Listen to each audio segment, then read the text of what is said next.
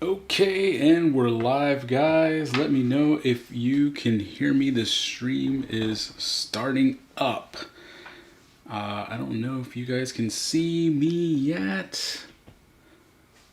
Okay, I think we're good on sound here, guys. Welcome to the show. This is an exciting show. I've been getting prepared for this one for a few days now because everything is sold out right now.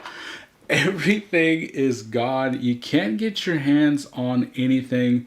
It's been really frustrating the last few days, weeks, months, and we've been hearing about this global chip shortage for a few months now, but I don't know if any of us really thought that it was going to get this bad, that it was going to get this serious. I remember hearing Kebab start to talk about it a few months ago now, and I just hoped that he was wrong. Like, I really just kind of thought that he was going to be wrong. I hoped that he was going to be wrong. I hoped that the chip shortage was not going to be real, but it's real. It's here. We're in the middle of it now, and boy, a little bit scary, guys, because you just can't get your hands on just about anything. It's been so difficult getting our hands on all of the products that we need for FPV, and not just us, not just our industry. Things are sold out throughout industries across the globe. You can't go buy a car right now. You can't go buy a truck right now. Pretty soon you may not be able to buy a new cell phone or a new radio stereo or anything that uses a chip or a semiconductor. And we're going to talk about what exactly happened that preceded this, because I still see a lot of questions in the various Facebook groups on a daily basis talking about why are things out of stock? Why are prices going up? Why? And there is a lot of reason for that, guys. It's not for nothing. Unfortunately, there is a global chip shortage going on right now. It is happening across the world to all different types of industries. And of course, eventually we were going to be affected because pretty much everything that we use needs chips. That's right, the global chip shortage. This episode is sponsored by HEB, and this is a rare limited edition Carolina Reaper Pepper Cheetos bag that is these cheese puffs. I'm not sure that, but really exciting. Yeah, it's just so hard. So we had several hundred of you guys vote in the poll this week to determine what are the most sought after items as the chips start to run out. Right now, you can't get DJI. It's pretty much into stock. So if you need something, pay attention to that group. The stock alerts are going on in real time there to notify you when these out of stock items are coming in stock, because as soon as they're gobbled up, who knows how much longer it may be. So right now we got Vampire, Moe's, Lone Star is here, James, the 3D Print Meister, Snap, Crossfire, Nanos from Buddy RC, nice. Game of Drones is saying that they expect the chip shortage to last into 2023. Yeah, I'm afraid that could be reality. I've heard 2022, but I don't see why it wouldn't extend further. And Chet Mack is saying now he feels like a snack. I kind of feel like a snack too, but I guess I'll just drink my calories for today. Let's let a few more people roll in, and then we're going to get started and get on to the stuff that is going on. And we're going to talk about what people are buying, what people are missing, and leave in the comments for me right now what you have been able to get, what you are hoarding, if you are hoarding. And, you know, for me to be able to keep running this channel, I have to have certain things on hand. At minimum, I gotta have receivers and I gotta have DJI units, because most of the stuff that I cover now is DJI. I am gonna be covering a few analog things because I'm getting back into analog racing. Of course, I'm still gonna be racing DJI, so don't worry, I'm not abandoning DJI for racing, but the Freedom Spec bug has bit me, and that has proven to be very, very fun.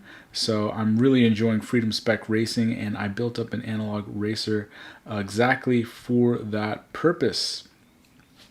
So what do you think, guys? What do you think about this global chip shortage? Are there any other parts of your life besides your FPV world that is essentially keeping you out of commission? Are you out of commission at work? Are you out of commission in your other hobbies? Are you out of commission for any other reason because of the chip shortage? If so, leave me in a comment below. So let's go ahead and get started and talk about this week's poll. So this week's poll shows that 327 of you guys voted on this, and the question for this week was, what are you stock due to the chip shortage? Now 37% of you guys voted that you're waiting for components related to the DJI FPV system. Right there. Most notably, the Nebula Pro is nowhere to be found. Currently, as of today, there is a Caddx Vista on eBay going for $800. I have an unopened Caddx Vista right over there in its package, and I'm going to keep that until the demand goes even further. I'm going to try to trade it for a pair of PlayStation 5s. It has been extremely hard to get your hands on anything DJI FPV related these days. The bind and fly prices are starting to creep up. We're going to talk more about the price increases in a minute. Next on the list, so 37% of you guys said that DJI FPV was hard to get. 10% of you guys say you are having a hard time finding receivers. Now that's very interesting because Crossfire receivers are the main ones that are out of stock everywhere, and that, as we know from last time, the poll was that 70% of users are on Crossfire. So only 10% of you guys, though, are waiting on receivers. So that means that you must have stocked up in preparation for the chip shortage on all your Crossfire goodies. So good for you. Stacks, including flight controllers, electronic speed controllers, or both. 19% of you guys are worried about this component, and you are waiting for them to give them back into stock. Well done. I've been stocking up. Stacks are really a tricky thing to hoard, though. You never want to have too much, but you never also want to have too little, because new versions come out that are very, very good. I've been stocking up. I bought an extra Mamba race because I'm hoping to race that this season. I bought several of the CL Racing V3 AIOs. I'm going to be racing Freedom Spec on that, and I can also build some lightweight builds on that. I have a couple of the iFlight Beast. I have several of the regular Mamba stacks, and I'm hoping that that's going to last me. There was a big sale on Hobby Wing 40 amp ESCs the other day for 33 bucks, so I got 4 of them. Just to kind of help me get through this drought, because if I run out of components, the channel essentially shuts down. Next is who stocked up and is an FPV hoarder, so they're good to go. I think I probably fall into this category. 26% of you guys fall there. And then other items that we're going to be commenting below were 8%. So some people were saying they're running out of motors. Some people were saying that their favorite frame is out of stock. And other people are mentioning, non-FPV related, that they're waiting for stock to come back in place. Let's catch up on some comments very quickly. Ghost is here. Isaac says he needs more Crossfire, more DJI, and more batteries. You know, batteries are constantly a problem keeping in stock, even prior to the global chip shortage. Although batteries don't use chips, the cells seem to be rare. The Tattoo V4 is the best battery on the market right now, but it seems like they only make like 3 at a time because you can almost never find them in stock. Mike is here. He made it. Yes. Michael says, good evening. Chet Max says, batteries. Just picked up a few R-Line V4 and a Mamba 40 amp stack. Hey, that's exactly what I was just talking about. 3D Print Meister says, the $1 million question is, after the chip shortage, will prices come back down, or will these be the new prices? We're going to talk about that in a second. I'm really interested in that too. Smalls is here. Prices are only going up. Hyperinflation is coming. Yeah. Unfortunately, when scarcity reaches this hobby, because there are those that have budget that just want to fly, and when things get rare enough, we've seen this with the Session 5s. Once the Session 5s got extinct, the prices of those went up to $600, $700, $800 regularly, and we've already seen the first Cadex Vista on eBay for $800 already. So Game of Drones says, it looks like going to ELRS is the way to go. That is the next topic up, because I actually have an ELRS module I'm testing out. I'm going to have a video up on this very soon. I have this system, the EP2, the one with the little ceramic antenna, installed on my Freedom Spec Racer. It saves a couple of grams. I don't need to long range it. I'm not getting rid of my Crossfire module, guys. Crossfire is going to be for 5-inch freestyle and anything that I might go long range. And I think I may end up switching to ELRS for anything micro sized or possibly racing. I'm still on the fence on racing. I'm hoping to get my actual first race packs on a track very soon. I've been doing some race tiny gate practice in my yard on my Freedom Spec build, and it's been performing quite well. Vampire says that he bought 2 ESCs and has several spare FCs. He needs a Vista though. Yeah, you know, I'm down to my one Vista that I might not open up. I'm probably going to just, you know, hand that down as an heirloom piece to my descendants. And then I do have 2 or 3 Nebula Pros, and I have ordered a couple more Nebula Pros from Banggood. They're the only place that's allowing you to pre-order. They're not going to ship for another couple of weeks, but at least I'm kind of in line. So I'm hoping that by the time I need those, they will be here. So Lazy Hug says, why is there a shortage? So now we're going to kick off the part of the show. We're going to explain the global chip shortage, because it's actually very fascinating. This is the type of thing that I studied in grad school, and there was a big project that we had as part of my master's thesis, if you want to call it, where we all ran a manufacturing company. There was teams of people, and one of the biggest factors that you had to manipulate, it was almost like a game. There was like 100 different manipulation points. You could put money towards advertising, towards sales strategies, towards promotions, towards commercials, and one of the biggest factors was manufacturing capacity. That is what we're going to talk about today, because it's interesting. Almost all of the chips manufactured by almost all of the industries across the world have centralized all of that manufacturing to a very small part of the world, typically primarily Taiwan and Singapore.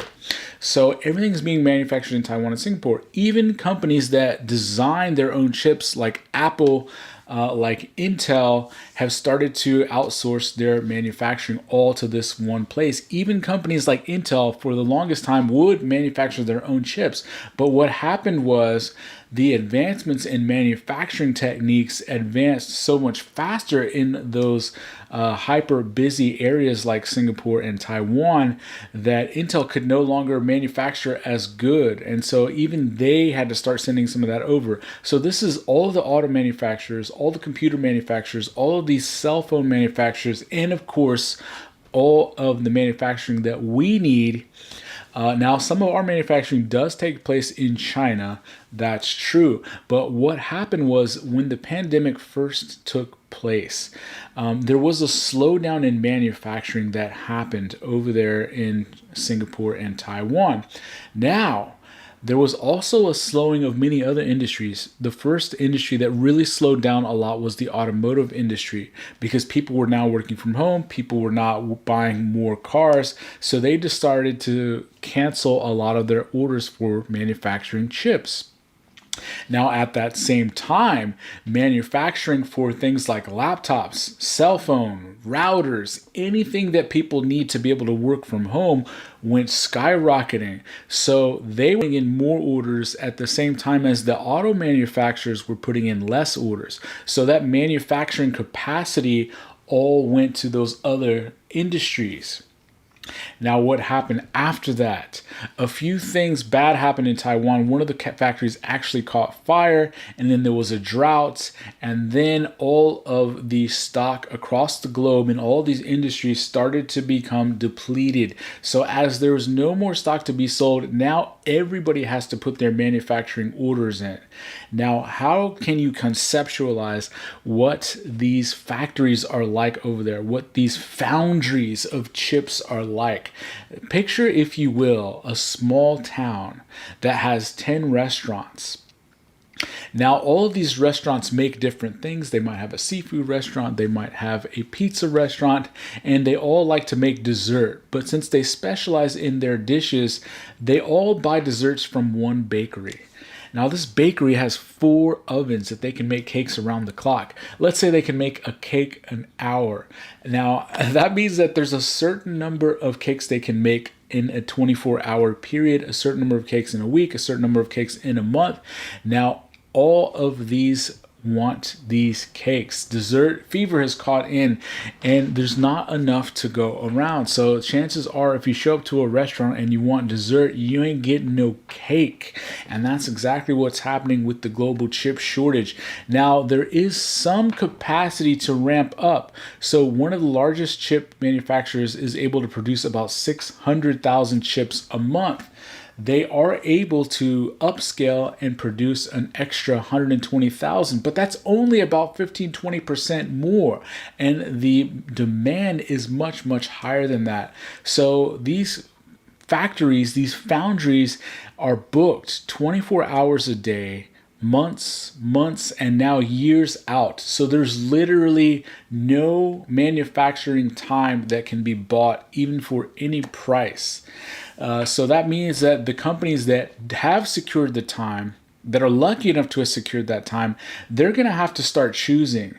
Those companies are going to have to start choosing, what do I want to manufacture? So if I'm an auto manufacturer and I've secured 10,000 manufacturing hours for chips, I'm going to now want to put all of my chip manufacturing into my most profitable products. So for auto manufacturing, that means that they're probably going to start making chips for only trucks, because the cars are maybe less profitable. For cell phone only the top tier, only the iPhone Pro, who knows? And so the same thing is going to start happening in FPV. You're only going to start seeing those top tier products offered, and the prices are going to adjust accordingly. We've already seen the prices for stacks go up quite a bit. Even the always budget friendly Mamba stacks, the 30x30 used to go for about $42, and the 30x30s, the 20x20s used to go for about $40 to $50. Those are both upscaled. Now they're $70 to $80 on the budget end as of today. Now, there are some premium stacks that are just hitting the market right now, like the Mamba Race. Those stacks are still at the introductory price. So like the 60 amp Mamba Race is $95. If you go to the links below, you can buy it at any of those shops. That'll help me out. And that is a good price now, because the other budget stacks are going to hit that price level fairly soon. So if you shop now, before things are out of stock, you can pick a few premium things before their prices go up accordingly as well. So it's very interesting how all of these different companies, that's part of the reason why you can't get a PlayStation 5 to this day. That's part of the reason why if you go to certain car lots in certain states or certain parts of the world, there literally may be no cars on the lot. They cannot make the chips, and every car requires sensors. It may start to become more difficult to repair cars, because auto manufacturers have chips made both for their new vehicles that they're going to sell and for their existing vehicles as repair parts. And they're going to have to choose which one's more profitable and to be able to produce first. So anything that you need that has a chip in it, whether in your home, whether it be part of your FPV hobby, I suggest that you get enough to last you 6 to 12 months. Don't hoard too much. It's really hard to know because things do turn around and you don't want to be stuck with a hot potato. In other words, you don't want to be stuck with a lot of inventory that you may not use, that the price is going to devalue at some point. But I'm personally stocking up fairly well to weather this storm. So let's catch up on the comments. The comments have been going absolutely crazy right now. Skadoosh is here. Man, yeah, Skadoosh is saying he contacted a dealer directly and can't even get one. Yeah, that's the state of things right now, man. Being able to fix your stuff has been really, really hard. Even new models, like I reviewed, and I have a review completed for the Emax Tiny Hawk HD. It's been done for a few weeks, but I've been wanting it to at least be in stock before I release it. Like, is it just going to tease people if I show it to them and they can't even buy it? I mean, jeez. James is saying that he may have to settle for the Nebula Nano. Yeah, I think a lot of people are going to have to start doing that. Brandon's here. I think there's going to be an update for Crossfire coming soon to make it more competitive. Yeah, it's really a tough time for TBS because the Crossfire system has a stranglehold, 70% market penetration for the Crossfire system, but because of the chip shortage, they're not able to get these receivers out. And is that going to be enough of a hole for ELRS to catch up? Because I bought this module for $26. The receiver that I installed in my racing quad was $11.99, extremely cheap, and it seems to work very well. Now, like I said, I'm not abandoning my Crossfire system for anything that needs to fly far, for anything that needs to fly freestyle and penetrates. I'm not trusting any of these open source cheaper models with my expensive gear just yet, but maybe that will come. And I do know that ELRS is almost passing FR Sky now for market penetration wise, and they have been manufacturing at just the right time and getting stock onto the market. In fact, there's a link in the description below if you want to try the ELRS system. There's a link for both the TX and the receivers in stock right now. Go get them before they're gone because they've only been lasting for a few hours each time they get in stock. Quad Doc is here. Mike Bergman is here as well. The automotive slowdown has hit my business hard. Oh man, I'm sorry to hear that, Mike. Skadoo says the main problems that we're faced with the most chipsets are USA-based tech. Certain countries have been stealing said tech. Ooh. Let's catch up on some more of these comments. Everybody needs cake. I don't know what that's about. Or okay, because I was talking about cake. Nitro says maybe the Cadex Vista use high-end chips, but the other 95% of the quad electronics are using parts made in mass in China. Skadoosh reminds us all that at least we can get toilet paper. That is a good point. You know, you got to look on the bright side during these tough times, during these tough situations. Mike says my main dealership account usually sells around 200 cars a month on the lot right now. Used cars are going for a lot. Yeah, you know, my mom asked me to help try to find her a cheap Toyota, and I was like, a cheap Toyota? First of all, there ain't no cheap Toyotas really any time, but she wants to give one of my little sisters her car, which is, you know, not that old of a Honda Accord, and I was like, yeah, there's no sales going on. If you're lucky enough to even find a car on a lot, you ain't getting a sale on it. So unfortunately, so my sister may just have to wait on that. Brandon says that he thinks ELRS is going to stomp all over FR Sky. I hope so. I hope that they can get things simple. I'm going to make a video on it very soon. It's a little different than setting up some of the receiver systems, but the configurator is actually fairly easy. And if you already have a radio that's set up on Crossfire Shot, then the installation and setup of new receivers in your transmitter module is exceptionally easy. And so I am enjoying that system. Lazy Hug says that if anybody wants an X9D, I'm tired of FR Sky. Oh man, I got one right there as well. I mean, you know, so this is the old one before all that Access BS. So this is a good one. Maybe I'll bust it out one day again. John says that heard from Nord that Emax is going to shelve quads like the Baby Hacks HD because they don't want to produce them with the Nebula Nano. Not expected to even bother until 2022. What? Oh my gosh. So I have like a rare Emax HD. Like, what should I do with the video? Should I just release it and tease people? Like, I feel bad putting out videos for stuff that people can't even buy. Oh man, that's tough. Sam says, can I get away with the Caddx Air unit in the Tadpole HD, or do I need to wait for the Nebula Pro? Yeah, you need to wait for the Nebula Pro. There's no way, I don't think, that you're going to be able to fit an air unit, and it's going to be way too heavy. You don't want to add that much weight to that small of a craft, in my opinion.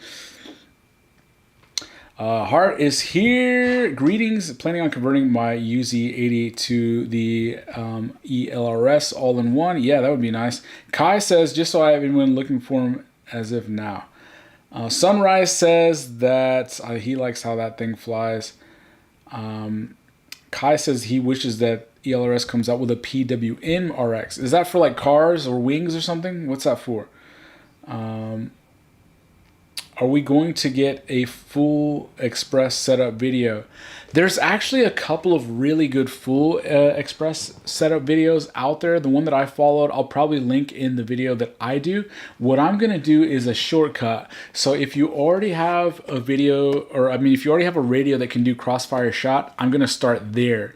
And it's gonna be very short because there's actually very few steps that you have to follow. I'm gonna show you exactly how to do it. So I was holding off on starting to test this ELRS because I just don't wanna have to muck around with all this new stuff. I want my stuff to work. I try a lot of stuff on this channel. I fly a lot of stuff on this channel, but there's one thing that I don't really mess a ton with, and that's my control link. Because when I get bind and flies in, when I build quads, when I go fly quads, I can't dick around with things falling out of the air because something's not working right. So they've managed to get this easy enough to install without too much flashing and hacking. Yes, you do have to update your radio to get Crossfire shot. That's the baseline you have to do, but there's a lot of tutorials out there for that. So it's fairly easy to do. So the main thing is the chip shortage is affecting tons of industries. All of these industries are competing for that manufacturing space. And if it comes down to it, and we have Ford and Chevy and Toyota and Apple and Intel and Asus and every other major electronics manufacturing company fighting for that manufacturing time at these very few silicone foundries that can actually make the chips, what chance does FPV products have at getting that manufacturing time? Anything that actually has to be manufactured in those, I'm not sure if all of the flight controllers are done there or not. Those may be done in China, but things like a lot of the DJI components, a lot of the goggles are probably done in those foundries.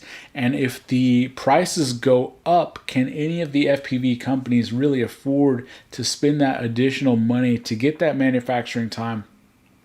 And even if they could, how much higher would our prices go? How much higher could you afford to spend on a DJI Nebula Pro? How much higher could you afford? Could you buy a $60 Crossfire receiver? Could you buy an $80 flight controller? Could you buy a $200 electronic speed controller? At a certain point, there's a lot of us that are no longer going to be able to afford to play in this hobby. And then at that point, innovation is going to stall. So hopefully we can get to the point where we're over the hump on this chip shortage. Now, a lot of people are thinking, why don't they just make more? Why don't they just make more? Well, a chip foundry, aka a chip semiconductor factory, takes months, years to build. They're very, very large facilities, very, very complex. And the raw materials are hard to come by as well. So they are scaling up manufacturing capacity as much as they can in their existing facilities. But once they reach 100%, the time is booked. It's not like you can go there and say, hey, I got a new idea for a new product. Can you make it for me next month? No, it's booked. It's booked next month. It's booked the month after that. It's booked the month after that. It's booked the month after that. Are you seeing the problem here? If you're not already on the books and booked up, 6, 8, 12 months out, you're not getting anything made. And if you don't have inventory, let's say you are on the list to get your chips made in one of these foundries. Let's say you're 6 months down the road. 6 months from now, they're going to spend all of their time in December making your chips. If you don't have inventory to carry you from now into December, guess what? You have no products on your shelves. Just like there are many dealerships around the country, you walk onto their showrooms and they don't have a car to show you, much less sell you. It is that dire, guys. So let's catch up on the comments again very quickly. Sam says, can I get away with the critics? Oh yeah, we already answered that one.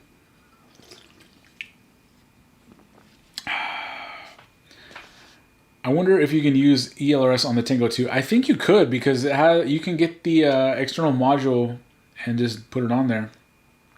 Bobby Bags says that good points once car companies start looking for some real cash. FPV will need to be put on hold. Yeah, I mean, unfortunately, that's probably how it's going to go.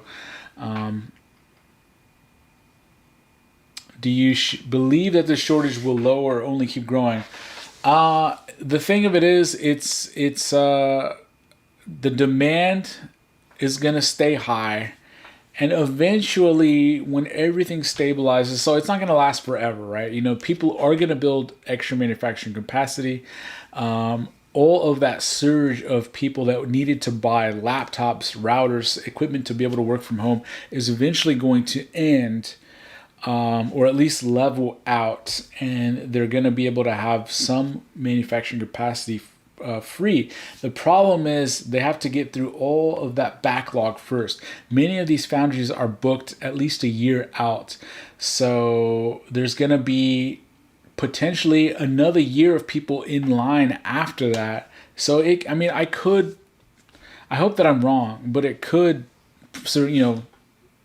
last a couple of years. So there are certain companies around the world that are starting to build manufacturing plants. Bosch, one of the main auto manufacturers that make sensors and different stuff, you've seen them in AutoZone. They were already working on a manufacturing plant before all this happened, so they're going to finish that up and make certain things. The problem is all of these manufacturing foundries, these materials are not reusable. So let's just say you had 50,000 chips that were for an F-150. Can you go use them for another car? Can you use them on a Toyota? Can you use them for a cell phone? No, they're all specially built. Like, I can't take my flight controller and go, use it to power my washing machine, can I? I mean, I don't know, maybe I can, but maybe I can't, probably, Bardwell probably could, but so all of these things are very super specialized. So, you might be asking the question, why did some of these companies start canceling their orders? Why did the auto manufacturers start canceling their orders when people stopped buying cars when the pandemic first hit?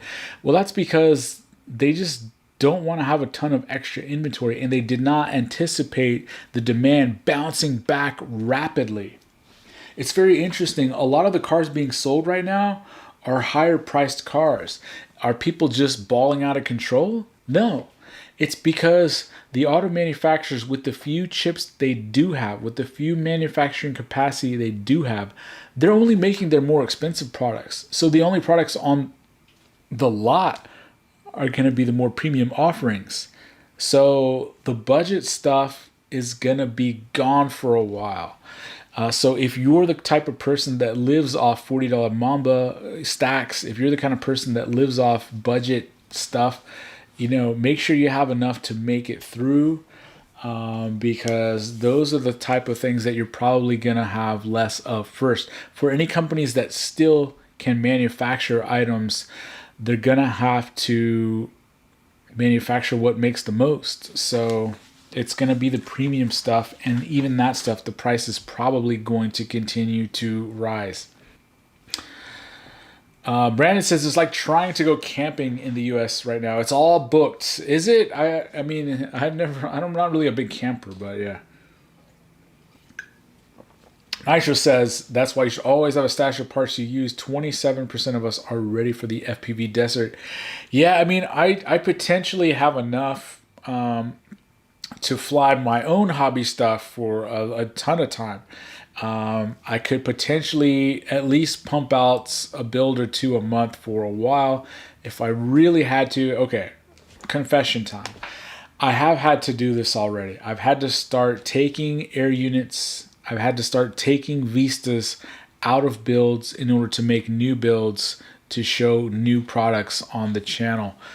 That's a little discouraging. I have 3 builds right now that are done that I've had on the channel, but I had to take the air unit out, or I had to take the Vista out. That's 3 just for the air unit, probably another 3 for Vistas. And it's only going to get worse as I start to run out. Like, I got to manage the few units I have now. This is a good example of something I don't really know what to do with. This is the iFly A85. I really love this thing. It's a perfect indoor Cinewhoop that can carry the Insta360 Go 2. And normally, once I was done reviewing this, I would probably sell it in order to make money to buy the next round of products on my channel, because I just don't have an infinite budget. I got to sell stuff to cover more stuff, but I don't know if I can afford to. I might have to yank this Vista unit out of here to use it for another build. So eventually, if the chip shortage doesn't end, then I could be at risk too. So if you want to see this comment keep going, make sure you're subscribed to the FPV Sales Alerts to be able to keep your stock, and click some of those links. It'll help me out. John says that explains a lot. Make the vehicles with the higher profit margins. Yeah, for sure. Kai says that RDQ is getting more stock of the Mamba stacks. That's good.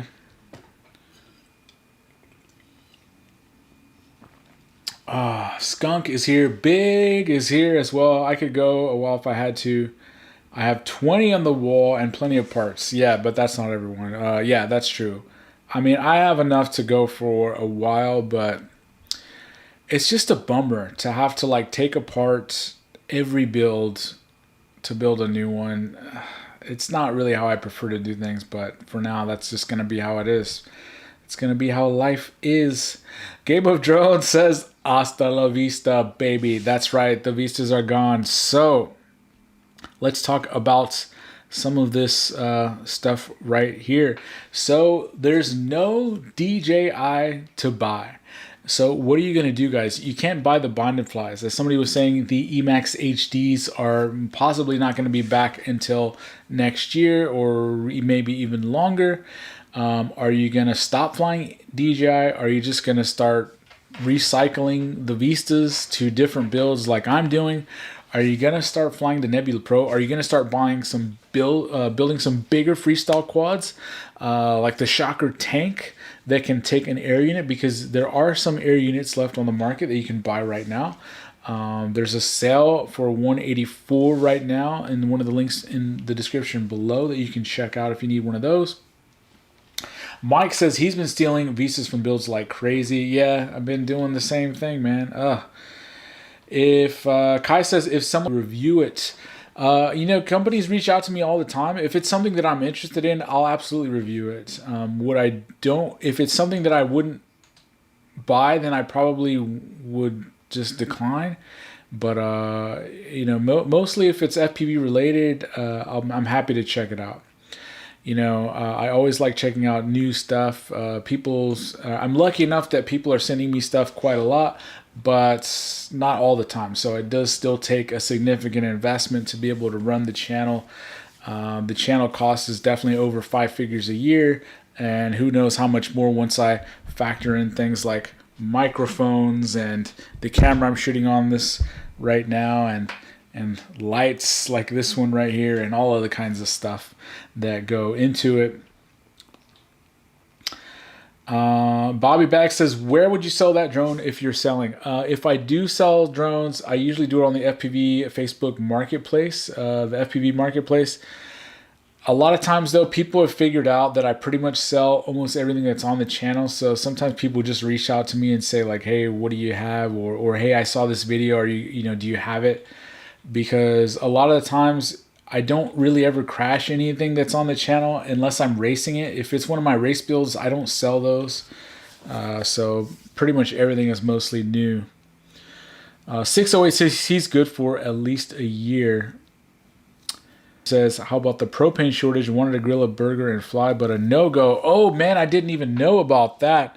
Hank Hill would be rather disappointed indeed. That brings us to the next topic. Crossfire, is it out of range? What are you guys doing? If you're running Crossfire, you can't buy Crossfire receivers. Are you just recycling them from old builds? Are you not building any new builds?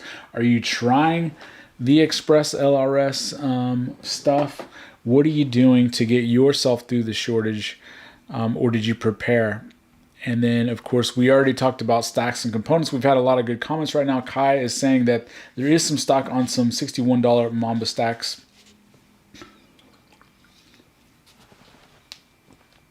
Cineval says he wanted to get into digital in a month or two. Yeah, it might be a tough time. There are some goggles to be had, so you may want to just secure those if you can and hope that some of those other units come in stock. There are always people selling stuff.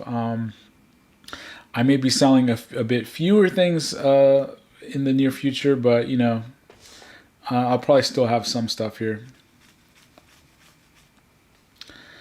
Gamer Jones says he never went digital. I'm really hoping that Sharkbite can make some advancements. Now, what's interesting, though, is the ELRS Discord actually has a section on there for a HD system they're working on. Those open source crazy guys over there. So who knows what that'll amount to. I bought myself another pair of Fat Sharks. I found myself a pair of HDOs for a fairly cheap price because I started racing Freedom Spec on analog. I'm racing that on the Predator Nano V5. I'm going to have a video of that very soon. And it's actually a pretty nice camera. I'm really enjoying that Predator Nano V5 a lot. But, once everything runs out, though, what are we going to do? What are we going to do? Especially guys that race, people that freestyle hard, people that break stacks in cameras and video transmitters very frequently. What are you going to do? What are you going to do?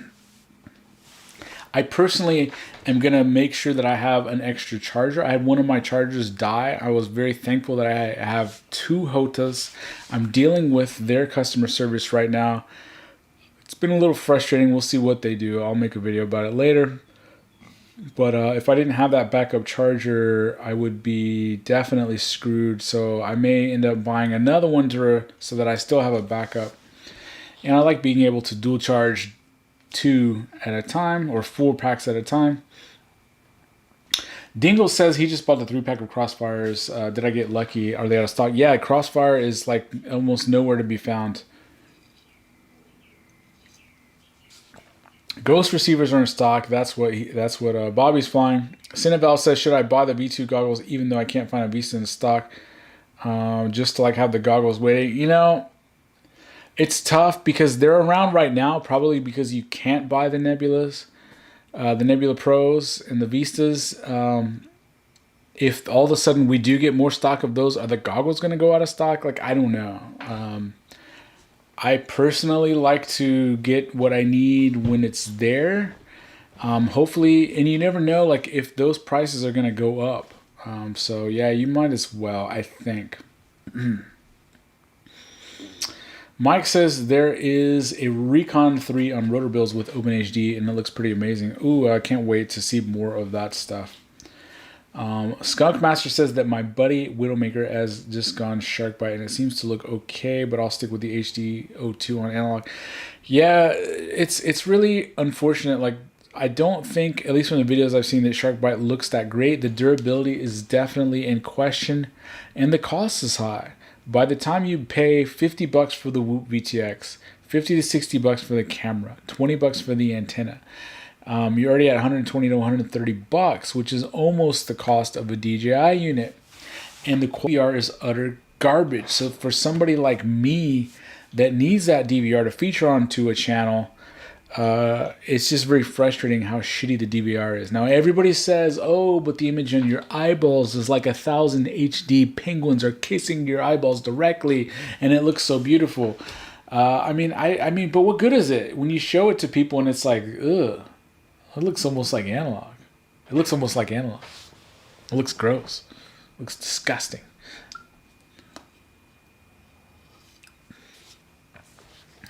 Cineville says, are stacks really using the cutting edge TSMC 5 nanometer process? Probably not. I mean, they probably don't need the craziest stuff to make, you know, an F7 flight controller. But I mean, who knows? Banggood is expected to get visas in stock in 2 weeks. Who knows? We'll see. I know a place in the UK that has Crossfire in stock. Hit Go4 up if you need any of that info. There's still bind and fly builds available, digital installed at some places. Yeah, that's part of what's going on at the FPV Sales Alerts group. There was a deal on Monday for a build with a Nebula Pro that was only like 279 bucks. So you essentially got like a 3-inch quad for like less than $100 because it had the Nebula Pro in it. So you could either fly it like that, take the Nebula Pro out, now you got a 3-inch quad, you could throw analog on it. So best of both worlds. So that's what some people might have to do to get by for now.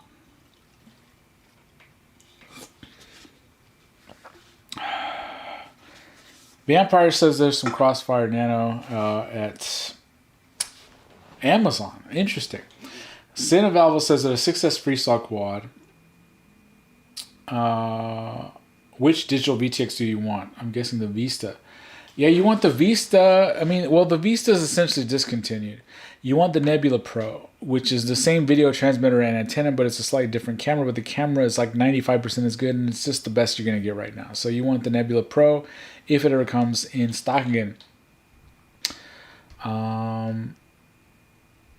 Mike Brewer says there's 2 weeks until everything's back in stock. Yeah, that's the old saying there over at TBS. What's the UK place? Cinevalve says. Kai says, do you think it would be possible for a group of pilots to get together to form a group buy shell company to get parts at wholesale prices? There are some chapters that assemble to do that on occasion.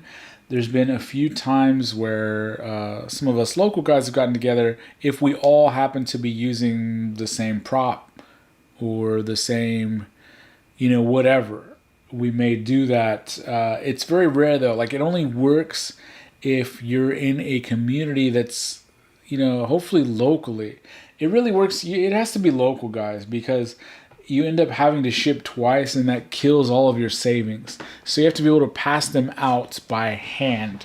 So that really ends up being your freestyle community or your racing community. And if you are able to do it, it's very frustrating negotiating those deals overseas. The back and forth communication is fairly slow. Don't forget to factor in shipping costs, because that's going to be fairly high. There was one prop group buy I think we did a few years back, where there was one time where we were all basically running the same prop for a short amount of time. So we were able to all combine forces, make a really big order. The shipping alone was like $180. So factor that in. So if you can really coordinate carefully, you can do that. But it would be hard online, because if they shipped it to you, you'd pay that shipping cost, and then you'd have to pay another shipping cost to ship it on to somewhere else. Like, that would just eat up all your savings. But yeah, it's a good idea. If you have a local group of guys that all use the same stuff, it could be doable. Nebula Pro has a worse camera? ? How recently was the Vista killed? The Vista was very recently killed, like in the last 2 or 3 months. The Nebula Pro, so the Nebula Nano has a shitty camera. All of the shitty shark bite cameras use the same sensor that's on the Nebula Pro. So that's part of the reason why they suck so bad.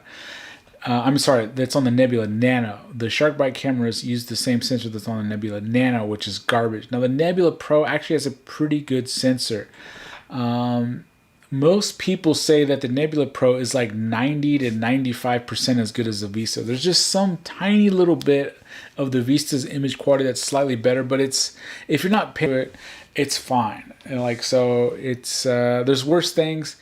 It's very slightly lighter, so at least you get a little bit of a trade-off for that reduction in image quality, but it has the same frame rate, has the same bit rate. Part of the reason why the Nebula Nano was so crappy was that it could only do 60 frames per second, whereas the Vista and the DJI Air unit camera and the Nebula Pro all do 120 frames per second, so the image is a lot smoother, especially at high speeds. The way you're saying Vista is like hitting a speed bump. Yeah, that's how you say it, at least in Spanish. Any news on the SharkBite Scout where Paul wears glasses would be nice? Yeah, that would be cool. I mean, I don't know, man. Like, SharkBite just really seems like, I feel like they need a better, smaller, more reliable VTX. Like, give us a VTX, even if it only does 200 milliwatt, that's like 20 by 20. And can fit on top of an actual build. Like, it's funny, like the people that would like SharkBite the most are racers, but they made the single layer board in a whoop size, which racers don't use whoop size. So like what? Like who's coming up with this stuff over there? Like, it must be somebody that doesn't even fly. Like, what a joke. But I do have high hopes for it. Like, if they make a reasonable board and they can get the reliability better, like, I'll try it. I will. Mike says the OG Vista is the real deal. Yeah, I'm saving all of my Vista cameras for my racers because I feel like the metal cage is just a little bit more durable. So, yeah. For freestyle, though, the Nebula Pro is totally fine all day. Yes, the Nebula Pros are going to be coming in stock. I've heard that it may not be till July. And so when they come out, like, really, I'm telling you guys, pay attention to the FPV Sales Alerts group, because what's going to happen is there's going to be a batch of, say, 1,000 or a couple thousand, or it might only be 500. And people are going to just gobble those up immediately. And once those are gone, like, who knows how much longer till the next batch comes out. So be ready to pounce as soon as they come in stock. It could be days, it could be months. Just pay attention. I will let you know. Don't worry. Is there anywhere in Europe? I don't know. Vista. Yeah, man. Like, every time I was, like, building a quad and it was, like, about time to plug it in, it was like, hasta la vista, baby. Yeah. Is the Vista just like the DJI Air unit? Is the DJI unit being discontinued as well? So it's going to be, there's going to be a transition. So the SKU for the DJI unit is gone, just like the Vista's gone, and it's being replaced by the Nebula Pro, which uses the same VTX as the Vista and the same antenna. It's just a different camera.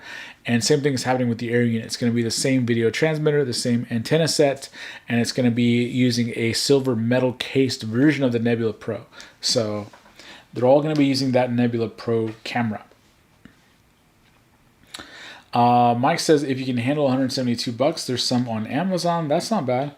Cadex just had the Nebula Pro, but now they're out. What is the FPV Sales Alerts group? There is an FPV Sales Alerts group on Facebook. You get all of the latest sales codes dropping in real time and the in-stock alerts. In-stock alert for the Tango 2 is in stock. Those things have been so hard to find lately. So if you need one of those, go check that out. And then there are some links below for some of the harder to find products right now. There is ELRS in stock. There is DJI Cadex Air units in stock. And there is Tango 2s in stock and other stuff. So definitely stay tuned for that. RC Ritter is here. If there are any questions, put them in there. I'll answer a couple of questions until we wrap it up in just a second. Ritter just bought a spare air unit today. That is a good plan, a good thing to do. To get my hands on as many Vistas as I can, but unfortunately they're gone. You can't even get Nebula Pros. I have a couple on back order over at Bangaroony, but none of the US shops are doing pre-orders right now. So Big FB says, I can't tell the difference between the Nebula Pro and the Vista unless you put it on a video together, then barely. Yeah, that's kind of where I'm at. That's really a good way to put it. Like, if you really put them side by side, then you can kind of tell. But when you're flying it, it's never noticeable. Like, when I'm actually flying, I'm never thinking like, oh, this is a Nebula Pro. Like, no, it's DJI, it's beautiful. Mwah.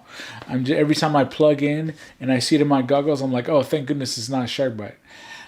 So yeah, it's really good. It's really good.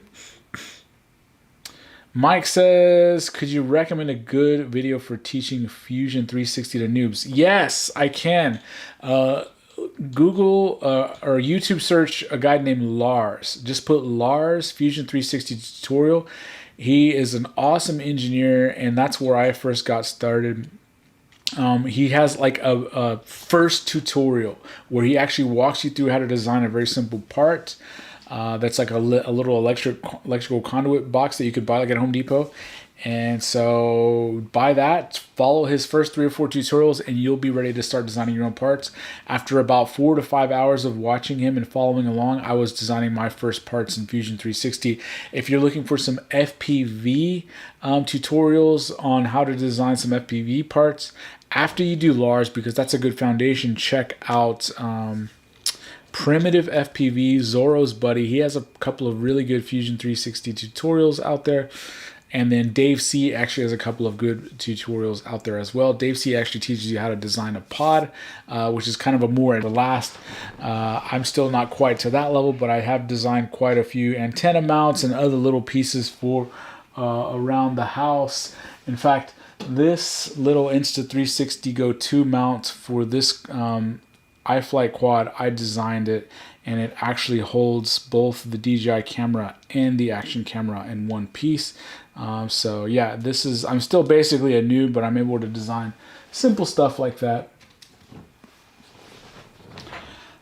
Skunk Master says, any idea where there will be a Tracer Tango out? You know, I've asked that and nobody ever really answered me. I've been curious about that myself. A Tracer Tango would be really cool.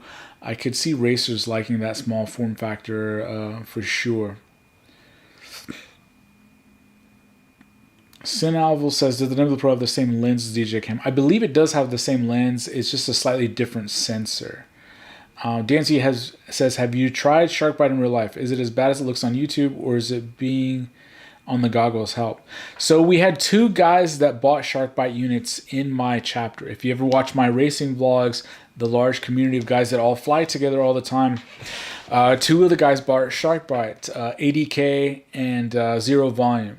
Steven, who's one of our designers, and both of them were back on analog in like 30 days or less. Like, they both had problems with either range or the unit itself module breaking. I've heard a lot of other similar stuff, so unfortunately I didn't even get to try it. Like everyone's units were broken before I could even get a chance to try it. So supposedly it does look a lot better in the goggles, but it's not nearly reliable enough for me to want to even touch it at this point. Like, if somebody sent me one to review, like, I guess I would build it up, but like, I'm not putting my money down for that buggy, stuff that's just gonna break. Like, they gotta get some reliability in there. Like, even if the image isn't as good, okay, like, we can forgive that, but like, people's stuff burning up left and right, that's inexcusable. It's just garbage.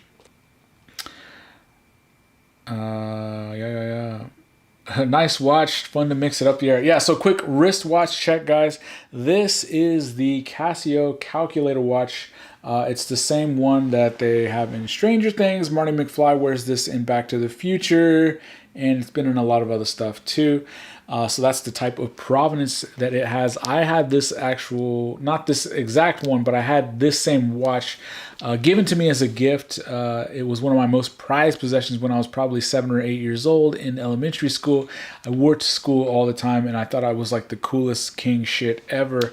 I was kind of a math nerd too, so Now my strap on this did break. Go figure. The thin rubber straps on these don't really last too many seasons in the Texas heat, but I had this nice leather thin racing style strap, so I put it on there and I've been enjoying it quite a bit right there. Skunk Master says he designs his own mounts and stuff. Thank goodness for Tinkercad. Yeah, Tinkercad's cool. I showed my nephews Tinkercad the other day to try to get them started. I told them I'd be happy to print any parts that they design. They haven't taken me up on it yet, but they're still kind of younger. Is Orca working on digital or not? Supposedly they are, but who knows? Everybody that I know that has Orca goggles has had problems with them as well. I mean, the reliability of these things... we had 2 guys with Orca goggles in our chapter.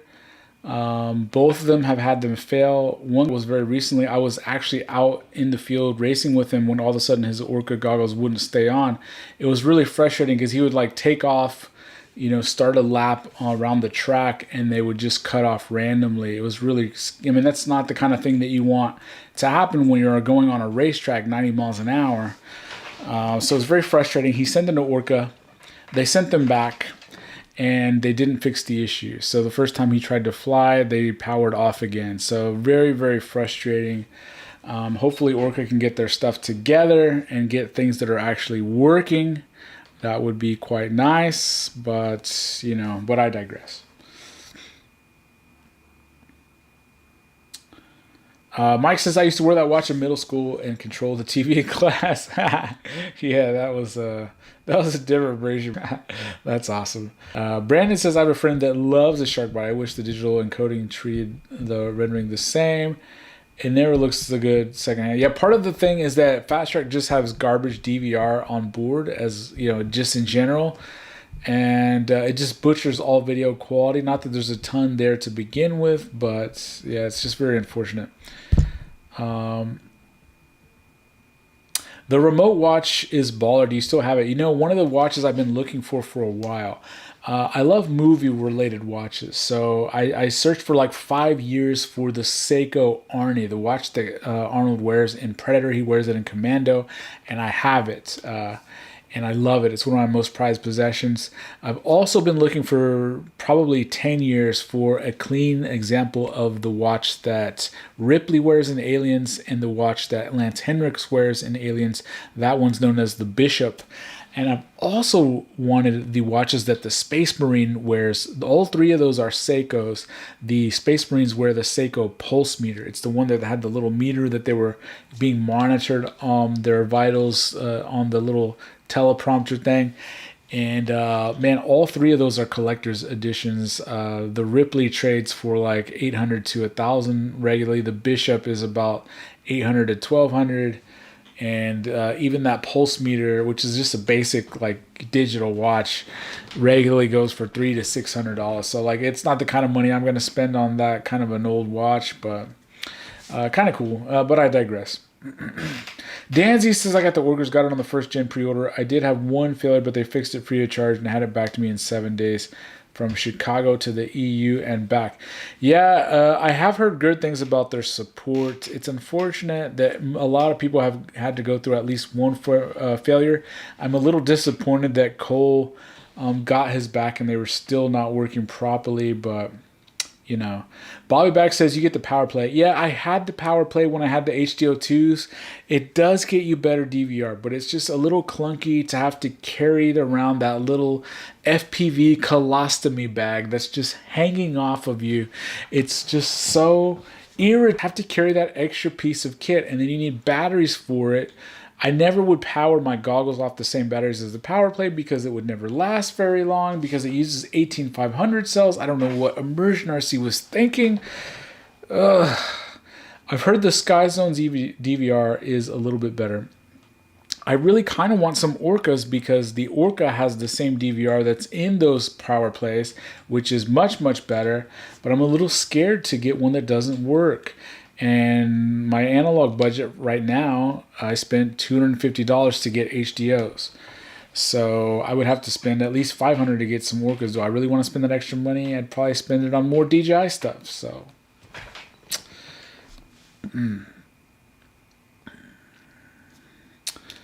Orca goggles have issues. I maybe think I should have went with Orco. I've seen a lot more people have issues with the Orca than with the Sky Zone. I've had 3 or 4 guys in town now, all buy the Sky Zone 04X, and I've not heard one complaint. And they do say that the DVR, they're not sure if it's as good as the Orca, but it does seem to be better than the HDOs and the HDO2s.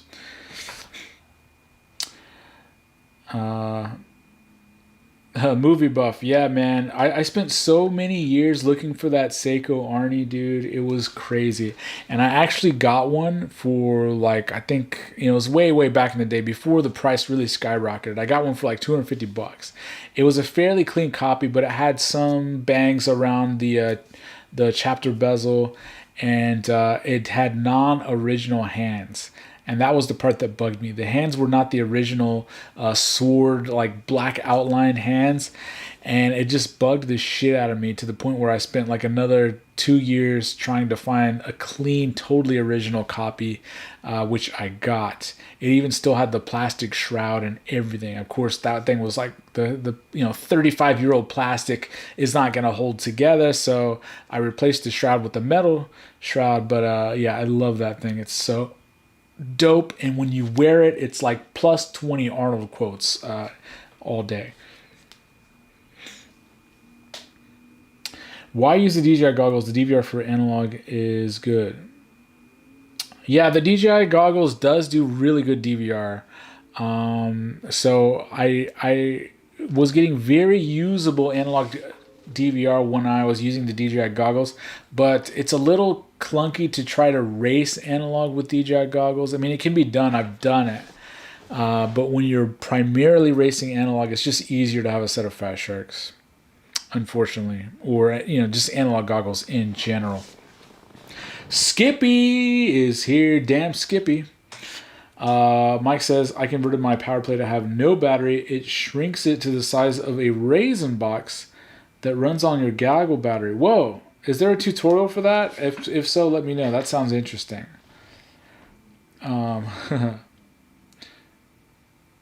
Slap that like button. Yeah. I had to slow down my watch habit after I got my Speedy. Prior to getting married, that was sort of a wedding gift from the wife. I got hooked because I was looking at watches all day long, and I was like within 90 days after getting that milestone that I had really worked for like 20 years. That was like a grail, but I was so in the habit of checking all of the watch forums, all the watch sell forums, that I was obsessed, and I almost went and bought a Rolex Batman, which is like way more than I should ever want to spend on a watch. But I just was like so wrapped into that watch life, man. I wanted it, and I went and tried it on, and it was like, oh, it was beautiful, man. The Batman. If you don't know, the Rolex Batman is the GMT with the blue and black bezel. That's kind of an updated version of the Pepsi bezel, red and blue, that they used to have prior to it back in the day. And I didn't do it. I'm glad I didn't do it, because the next year I got really hard into FPV. And that's where all my money went. So why have one Rolex watch when you can have like 50 quads, right? Gafoor, get some sleep, brother. It's on Thingiverse. Yep. Okay, guys, this has been an awesome stream. I hope that you guys are able to get all of the stock that you need in order to keep flying. Stay tuned to the FPV sales alerts for when those Nebula Pros and all of the other things come in stock, when all of the other sales come in stock. Thank you guys for coming to the show, the Johnny 5 Show, the show where John is always right, and if you agree with him, you could be right too.